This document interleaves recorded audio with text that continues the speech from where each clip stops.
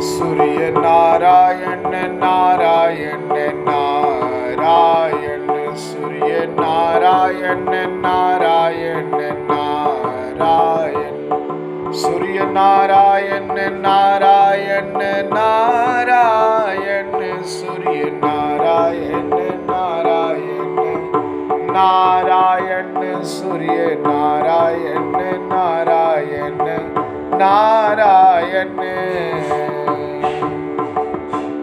छाई है लाली पूरब में, देखो अब सूर्योदय होगा। छाई है लाली पूरब में, देखो अब सूर्योदय होगा। आएंगे माली किरणों के, आएंगे माली किरणों के, एक नाम किरण माली होगा। हुआ दूर अंधेरा इस जग का, देखो अब सूर्योदय होगा। छाई है लाली पूरब में, कर जोर खड़े द्विज दर्शन को, पादर्शन जीवन सफल होगा। छाई है लाली पूरब में, देखो अब सूर्योदय होगा। देखो देखो धीरे धीरे, हो रहे उदित भास्कर है इधर। कितना सुंदर कितना मोहक, कितना सुंदर कितना मोहक है इस जग में, देखो सूरज।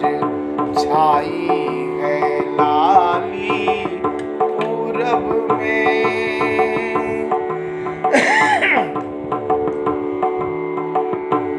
प्रतिदिन इनका दर्शन कीजिए और जीवन अपना सफल कीजिए। जय सूर्य नारायण जय भास्कर, जय जय दिनकर कहते रहिए।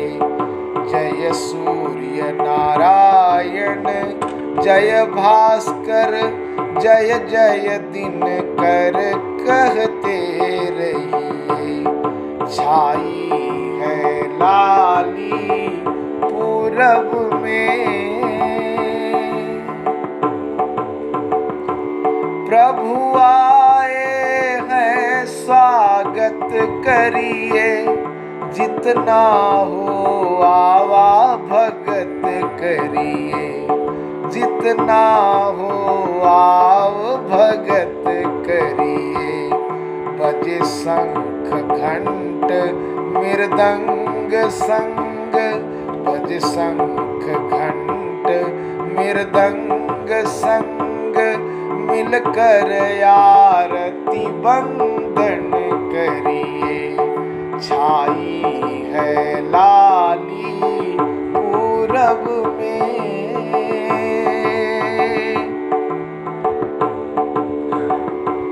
जो भोग बने अर्पित करिए।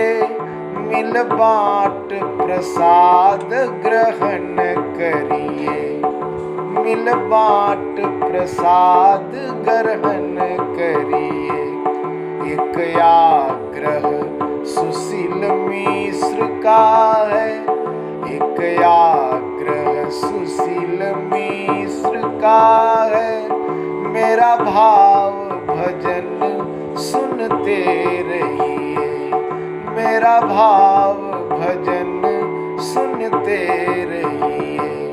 मेरा भाव भजन सुनते रहिए। मग बंधुगणों, सूर्य उपासकों, भगवान सूर्य के भक्तों,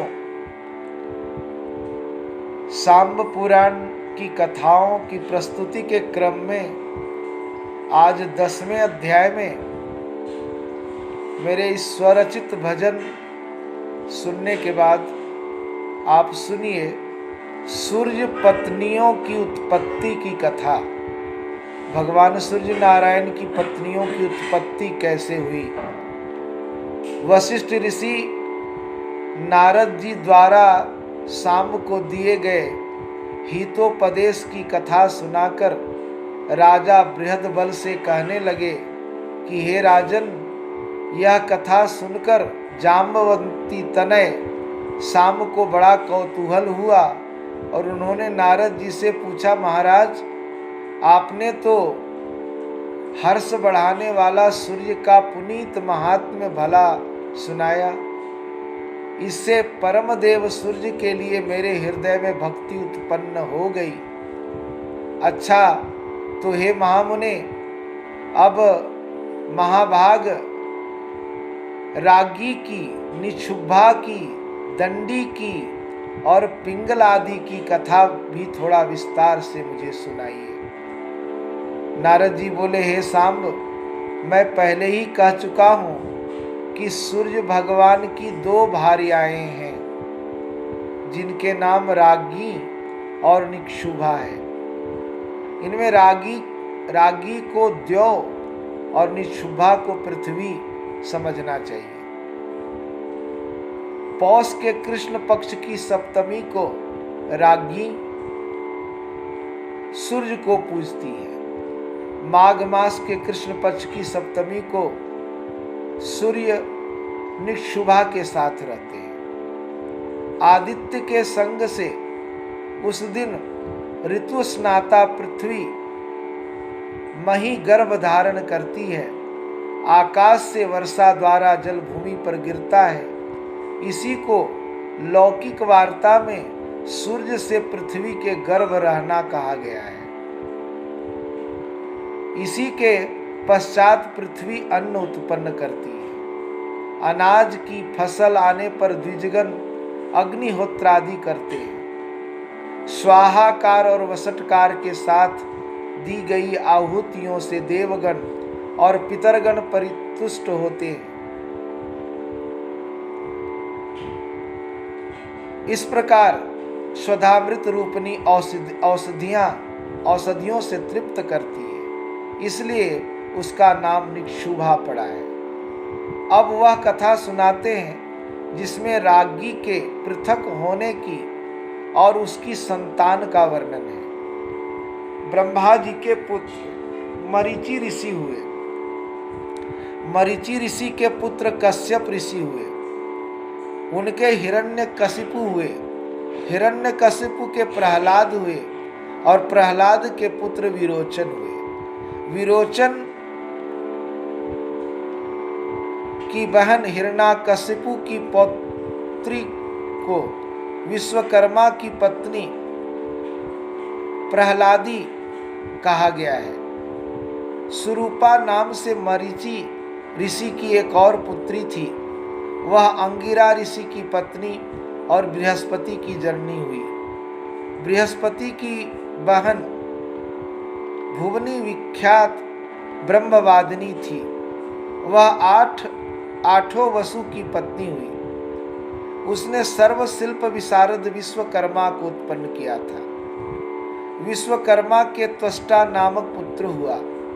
विश्वकर्मा की दुहिता तीनों लोकों में विख्यात रेणु हुई। उसका नाम रागी हुआ जो सूर्य को ब्याही गई थी। उसी विश्वकर्मा की एक और दूसरी पुत्री निक्षुभा थी जो मई है। ये दोनों मार्तंड की भार्याएं हुई। इन साध्वी पतिव्रता रूप यौवनशालिनी स्त्रियों के साथ रमन करने के लिए सूर्य भी नर रूप लेकर रहने लगे। पर आदित्य का रूप तो महातेज पुंजमय है। वह तेज सूर्य की पत्नी रागी को सहन न होता था। पिता ने पुत्री के शरीर को देखकर सूर्य से कहा कि हे सूर्य, तू भी आर्त हो, तेरा भी शरीर सीधे फलतः ऐसा ही हुआ। इति श्री शाम्ब पुराणे राज्ञी निक्षोभोत्पत्ति नाम 10वां अध्याय। इस 10वें अध्याय में राज्ञी और निक्षुभा जो दो पत्नियां थी उनकी उत्पत्ति का वर्णन आप सब सुने।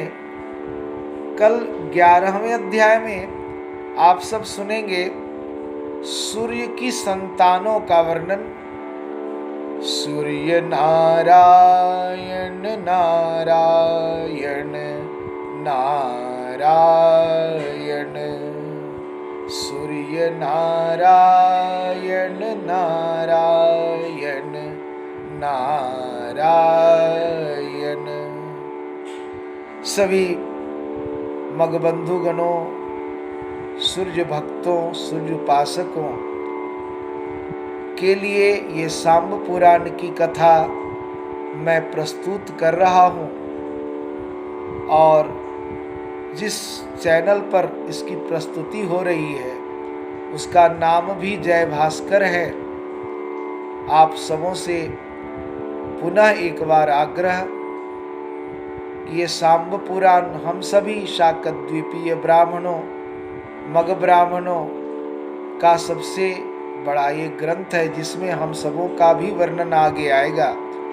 हम लोगों के इष्ट सूर्य भगवान की तो कथा है ही, इसे अधिक से अधिक सुने, अधिक से अधिक लोगों तक इसे शेयर करें, अधिक से अधिक लोगों को सुनाएं और इस चैनल को सब्सक्राइब भी करें। सब्सक्राइब करने के बाद इस चैनल में कई प्लेलिस्ट हैं जिसमें भगवान सूर्य नारायण की स्वरचित रचनाएं जो मैं गाया हूँ वो भी है।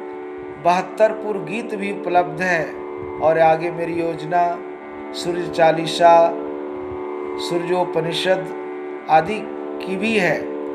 तो इस चैनल को जरूर सब्सक्राइब करें, देखें। आज के लिए इतना ही, धन्यवाद।